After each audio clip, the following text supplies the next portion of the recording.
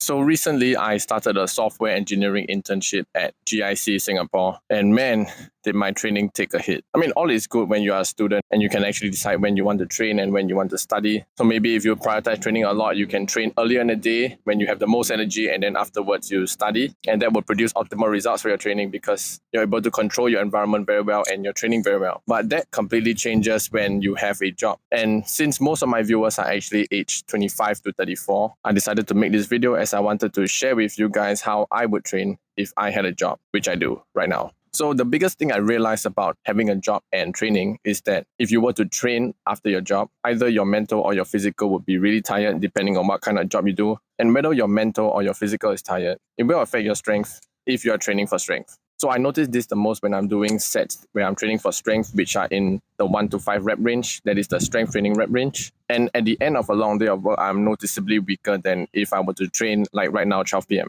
So in my opinion, I actually don't think that there's a point in training strength if you are feeling very fatigued after a long day of work. So what I have been doing is that I've been training in the hypertrophy rep range instead, which is about 8 to 12. And I feel the 8 to 12 rep range isn't as affected by your mental and physical fatigue because when you do strength in the 1 to 5 rep range, you're actually using a lot of the nervous system, and your nervous system will be fatigued after a long day of work. But when it comes to hypertrophy, you're actually targeting more of the condition of your muscles, and the condition of your muscles actually don't really get that much affected by mental fatigue especially. So my plan for this would be to actually train more hypertrophy, 8 to 12 rep range during the weekdays when I have work, and during the weekends I can focus on strength because I'm able to train earlier in the day when I have more energy. So you don't really have to see it as you are wasting training days, as the hypertrophy sessions will actually prepare you better for the strength sessions because having more muscle also gives you more capacity for strength. So in a sense, you're using the weekdays to prepare for your weekends where you do your real intense workout.